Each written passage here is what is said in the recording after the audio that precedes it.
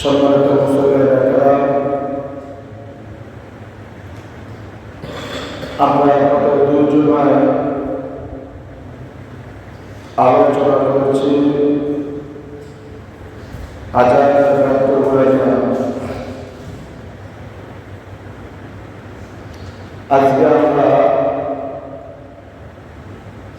আজানের বিষয়ে পবিত্র কালামে পাক থেকে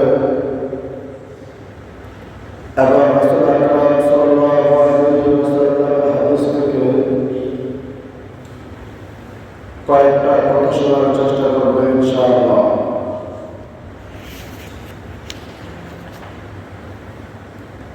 আল্লাহ রাব্বুল আলামিন পবিত্র কালামে পাক সূরা আন সাজদার মধ্যে খুব সুন্দর করে বর্ণনা করেন, وَمَنْ أَحْسَنُ قَوْلًا مِّمَّن دَعَا إِلَى اللَّهِ وَعَمِلَ صَالِحًا وَقَالَ إِنَّنِي مِنَ الْمُسْلِمِينَ।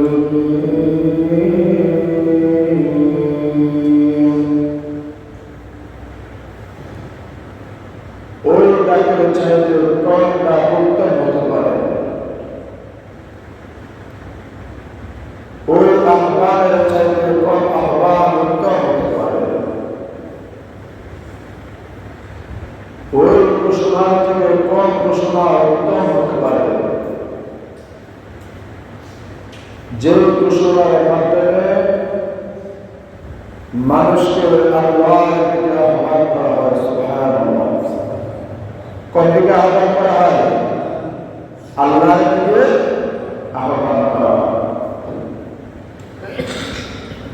এটা আমরা নামাজ পড়তে আসলাম,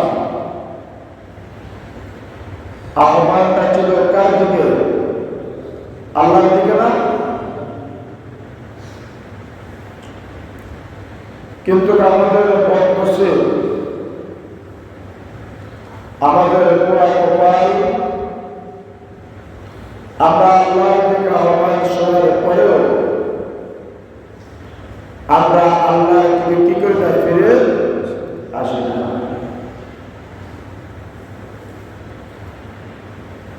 দুনিয়ার কোন মানুষ মানুষের সাথে যখন ঝগড়া হয়, মারামারি হয়, কাটাকাটি হয়, একবার মাপ চাইলে যদি মাপ নাও করে নাও মানবে, দ্বিতীয়বার চাইলে হয়ে যায়। কিছু পাষাণ ব্যক্তি আছে, ধর আমার মতো কিছু পাষাণ ব্যক্তি আছে, যাদের কাছে দ্বিতীয়বার মাপ চাইলেও কি করে না? মাপ করে না। তৃতীয়বার চাইলে মাপ কি করে দেয়? করে দেয়। এর চাইতে যদি পাষাণ কোনো ব্যক্তি থাকে, তৃতীয়বার যদি মাপ না করে, চতুর্থবার যদি কাকুকে বিরতি করে ধরে, তাহলে কি করে দেয়? মাফ করে দেয়। কিন্তু আমার আপনার আল্লাহ, আমার আপনাকে আল্লাহ সুবহানাহু ওয়া তাআলা বলেন, وَمَنْ أَحْسَنُ قَوْلًا مِّمَّن دَعَا إِلَى اللَّهِ وَعَمِلَ صَالِحًا وَقَالَ إِنَّنِي مِنَ الْمُسْلِمِينَ।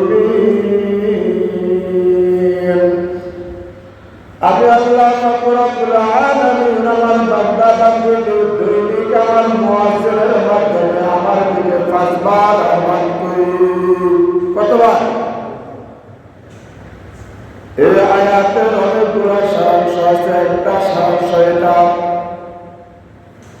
কিন্তু মূলত শব্দ হইল, আয়াতের অর্থাংশ হইল, যারা আল্লাহর বান্দা বান্দীগুলোকে আল্লাহর দ্বীন কায়েমের জন্য আল্লাহর জমিনের দিকে ডাকে, নামাজের দিকে ডাকে, রোজার দিকে ডাকে, যাকাতের দিকে ডাকে, পর্দার বিধানের দিকে ডাকে। এই আয়াতের সারাংশের মাধ্যমে আল্লাহ পাক রব্বুল আলামিন সারা দুনিয়ার